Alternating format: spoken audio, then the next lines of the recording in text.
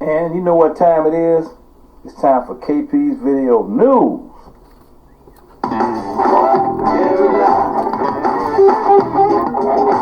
KP's Video News, y'all. KP's Video News, y'all. That's right, it's KP's Video News, y'all. And this is, what's today's date? Doggone it. November 4th. Day after Election Day. They still counting the votes. And we're hoping for a positive outcome. And so we're hoping for a positive outgoing. You got to go. Get up out of here. And you know who you are. Anyway, as we're going through the motions of counting the votes and mail-in ballots and all the rest of that, early votes and all that stuff still being counted. This famous rappers, man, kind of got used. They got used as pawns in this situation. You got the idiot Kanye West over there that actually got like 60,000 votes. You know, hey man, the dude is just a saboteur, and I don't own any of his music, and I never will. You know, it's like, how can you be used as like a coon? I mean, you just being used as a coon, and you were used as a coon to try to steal votes, those votes away from Biden. That's 60,000 votes, man, that you confiscated from Biden. That could, you trying to help the DC dunce get reelected. Now I'll never forgive you for it. Anyway, as famous rappers get used as pawns, you got real black men that are out there doing real work, like Common is out there with his, trying to get people educated so they can go out and vote. Common, I give you three things on what you were doing. You're one of the few rappers out there that was like trying to educate people and trying to get people to go out there and vote in numbers. You were not trying to sway the vote in any kind of way. You're just trying to get people educated and have them vote. And I'm happy about all that. So like I said before, you got a number of black men in the political arena looking like clowns these days. And as much as I enjoy a good laugh, I don't think it's really time to be entertained. And there's some pretty big election, stuff going on right now in the United States. There are international conversations and actions pushing changes in the way that we're policed. And there's ongoing global pandemic that has killed over 1 million people worldwide. So why are we listening to entertainers anyway? So you talking about Ice Cube, 50 Cent, Diddy, Lil Wayne, stupid ass Kanye. And so why are we listening to them? At the top of my list when it comes to creating change in the community, in the election cycle and beyond, what is the role of black men? Because judging from the popular stories I'm seeing, it's questionable. Last week I turned to social media in search of answers and noted and needed stories of black men taking action to make this world a bit better. But through electoral politics and outside of the political system, no, you don't hear me. I needed these stories. So it was refreshing to learn that Maryland's Neil Carter and his New View Consulting Organization, which focuses on getting African American living with disabilities politically engaged, or Cameron Whitten, a black man in Portland, Oregon, who's politically active. And I've been following Black Lives Matter protesters since the summer, and he needed to be introduced to the education work of Michael Sorrell is doing in Texas, and organizing work of Lamont Lilly is doing in Durham, North Carolina, and the work of Cody Richard is doing his thing up in New York, fighting for equal rights in New York. But locally, people suggested check out the work of it's like Tur Haka and who's worked with the Anti-Police Terror Project and the Oakland group. Black London put on an admonition to vote and claim representation for the people in their video for power. And I was asked to look into the People's Breakfast Oakland, which I have also noted in past columns. But hey, it's a lot of good young black men out there doing some good things, man.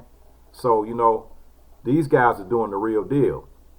But then cats like Kanye and Lil Wayne, you guys are full of crap, man. You guys are full of crap. So anyway, right now, as I'm speaking, I believe Biden is like 264 electoral votes. You need 6 more electoral votes. Come on, Nevada. We got 6 electoral votes. So we need 6 more electoral votes, and then Biden would be declared the winner. And so, hey, telling you now. So, as you know, people are bracing for the post-election protests.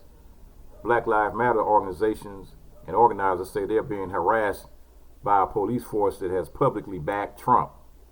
And so we have a young man named Derek Ingram, and he was asleep for. He said he was asleep for a few hours, and then he woke up to some people pounding on the door, and so he had spent the summer co-organizing and one of the most visible Black Lives Matter movements in New York City, and Wars in the Garden, meeting at his hospital, at his apartment, sleeping at each other's homes after protests sharing money and resources.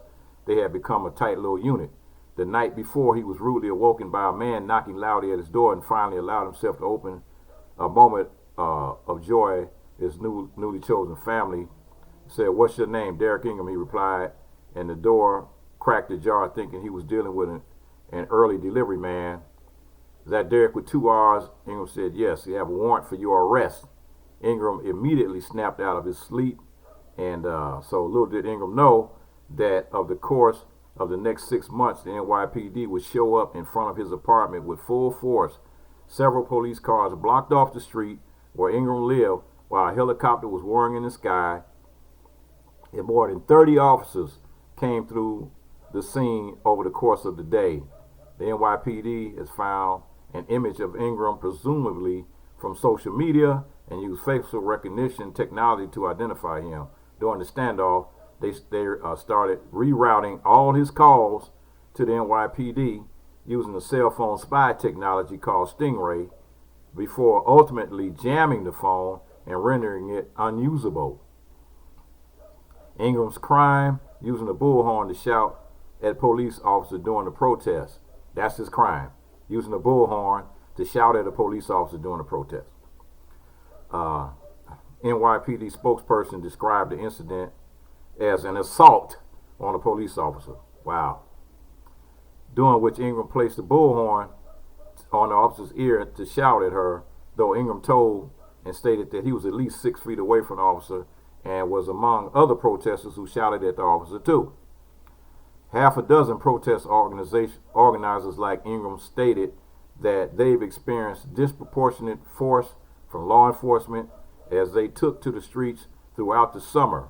Human Rights Watch decried the use of the tactic called kettling by the NYPD to entrap demonstrators as systematic police brutality, and found several human rights violations in the way the NYPD handled a Bronx protest on June 4th, and experts and the police are deploying a full array of surveillance tools to intimidate young protesters.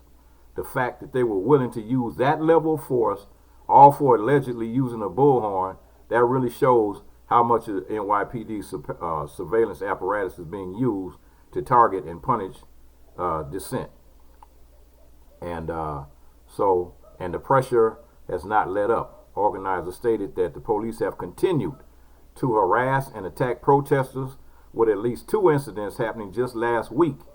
5 months into the demonstrations, and with crowds not nearly as large as they were in the early weeks of the movement, police are still arresting protesters for minor charges like obstructing governmental administration or disorderly conduct. Additionally, organizers stated that they continue to see police officers monitoring their meetings.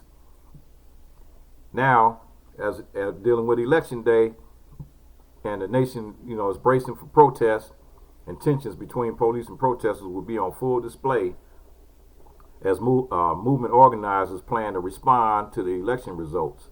And activists have also become increasingly savvy in countering pressure from the police after learning lessons from this year's protests. And the day when police decided to surround Ingram's apartment, his friends advised him to live stream the incident, and hundreds of people tuned in, including celebrities like Alicia Keys. 5 hours into the standoff, Dozens of protesters came to support Ingram, gathering outside his midtown apartment chanting, where's the warrant? By the end of the night, they achieved what they wanted. The police did not enter his apartment and arrest him. Instead, he led a protest of 100 people toward a Manhattan precinct where he turned himself in. His charges were reduced to a misdemeanor, and he was freed without bail. That's what I'm talking about. That's what I'm talking about. Y'all out there doing it, man. And so I'm going to end up on this one right here. We got a 16-year-old who was racially profiled at a beauty supply store, so she bought one. That's right. Paris McKenzie wants to take back ownership of a black girl sanctuary, aka the beauty supply store. The first step in any black woman's healthcare ritual is a trip to the local beauty supply store. Ask a black woman to recall her earliest memory of these essential establishments, and it will mirror these memories of countless others pursuing the aisles to determine whether Just For Me or Dr. Miracle's perm box would be the best suit her hair. Scanning the different lengths and textures of sensational packs of hair for a first sew in, and comparing Adore's semi-permanent hair color in Spice Amber or whatever. And to recount one of her earliest memories is one about being racially profiled and followed throughout her local beauty supply store that sticks out the most. Beauty supply stores can be a black girl sanctuary. They are places like Target and Home Goods where they can often stray from the list of need to buy items and walk away with much more. But these physical spaces where black consumers spend their earnings are rarely black owned or operated. So of at least 9,000 shops specializing in black hair care and cosmetics in the United States, only 3,000 are black owned, and most of the remaining are operated by Korean people of Korean descent. And this is statistics. So that's 6,000 beauty supply stores nationwide that are owned by Koreans, only 3,000 owned by blacks. And I've never been in a beauty supply store that was owned by a black person, McKenzie stated. And when I walked into the beauty supply store, either I didn't get assisted well, or I was given an attitude, or people watched me like a hawk or followed me around the store. Now, sitting between a wall of free tress braiding hair and a glass display of headbands and hoop earrings in the back of the Paris Beauty Supplies, McKenzie feels at home. That's because the black-owned beauty salon has her name on the lease. That's right, young lady. The business of beauty in McKenzie's blood. For the past 16 years, her mother, a hairstylist and serial entrepreneur, has owned and operated Brooklyn's Paris Hair Studio and Paris Runway Boutique, both of which are named for her daughter. Growing up, McKenzie shadowed her mom, often frequenting a supply store within walking distance of both businesses. At the time, it was owned by a Korean family with whom both Paris and her mother had a rapport. And McKenzie worked as a shampoo girl at the hair studio before becoming a sales associate at Paris Runway Boutique, where she learned how to price items and interface with customers daily. Whenever someone would walk into the boutique and started browsing, I would go over them and ask them and say, this would look nice on you, try this on, this is your style. She said, it acts out a scenario, and manning her mother's boutique made her very perceptive to customers' needs. After working in a boutique for so long, you learn how to people when they walk in, how to deal with people when they walk in, because you can look at their outfit and know a little bit about their style and what to sell them. Same thing applies to beauty supply store. Somebody walks in with their hair out, you know what texture their hair is. You can find or see the level of dryness or moisture. So now you know what products to advertise. I want people to feel like they're shopping with somebody who knows them inside and out. And so she's doing her thing, man. She got her own little beauty supply store, and it's cool, man. That's real cool. So stated that it still hasn't hit me yet how influential this is until I hear people say, "Oh my gosh, a 16-year-old owns this store," I'm always wondering, why are you guys going crazy, she adds. Then it makes sense. She's 16 years old and she owns her own beauty supply store. That's what I'm talking about. You know, black businesses, own your own. Get your own business, people. Teach your kids how to own and operate businesses. Don't just force them out of the house talking about, yeah, well, you gotta get an education so you can go to work, so you can work for somebody else for the rest of your life. No, you need to be trying to teach them how to be business owners and business managers, so how they can own and operate their own property.